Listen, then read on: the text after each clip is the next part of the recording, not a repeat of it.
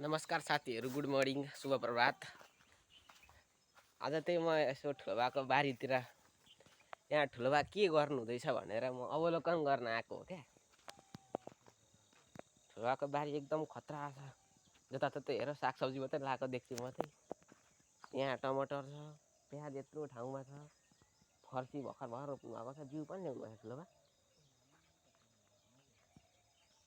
थोरै बिउ ल्याउनु भएन त नि प्याजको क्या। ल साथीहरू, आज तपाईँलाई मैले यही देखाउन लिएर आएको हो, काँक्राको बेर्ना होइन ठुलोबा। यो चाहिँ काँक्राको बेर्ना हो, काँक्राको बिउ। कुन सिजनमा पो रोपिन्छ ठुलोबा?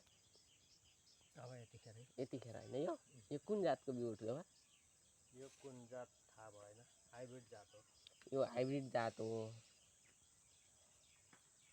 एकदम राम्ररी उम्रेको रहेछ। यसलाई प्लास्टिक घटाउनु पर्यो। छेउछेउमा पनि रोप्नु भएको छ ठुलोबा अनि तपाईँले? छेउछेउमा छैन, यस्तो हेर्नु चाहिँ त्यो दाना कतातिर पर्छ, कतातिर बाँधेर।